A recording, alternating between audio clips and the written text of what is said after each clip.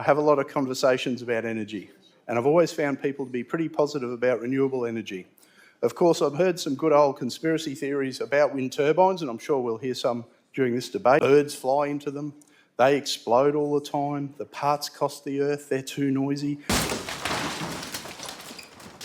A 3.5 megawatt wind turbine can power around 2,100 homes and reduce greenhouse gas emissions by 7,100 tonnes annually. That's the equivalent of taking 2,300 petrol cars off the road. Modern wind turbines, if you listen, you'll learn something.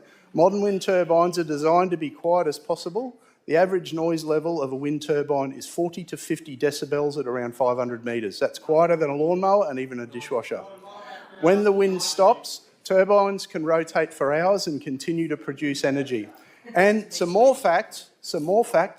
Wind turbines are responsible for less than 0.1% of human-related bird deaths, much less than traditional energy production, high-rise buildings or cats. And studies have found that nuclear and fossil fuel power plants cause over 2,000 times more bird deaths than wind farms.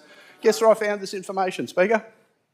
Queensland Treasury's webpage, updated under this government. So anyone who gets up and bleats about bird-killing wind turbines will have the Treasurer to deal with.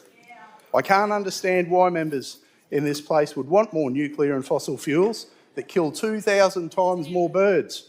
Leads me to ask, Speaker, why do they hate birds?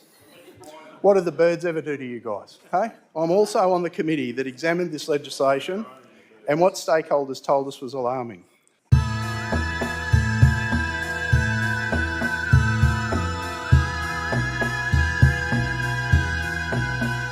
This government makes incoherent, non-transparent energy policy on the run to appease the same local governments they're happy to override in other areas to pursue their anti-renewables, pro-coal agenda.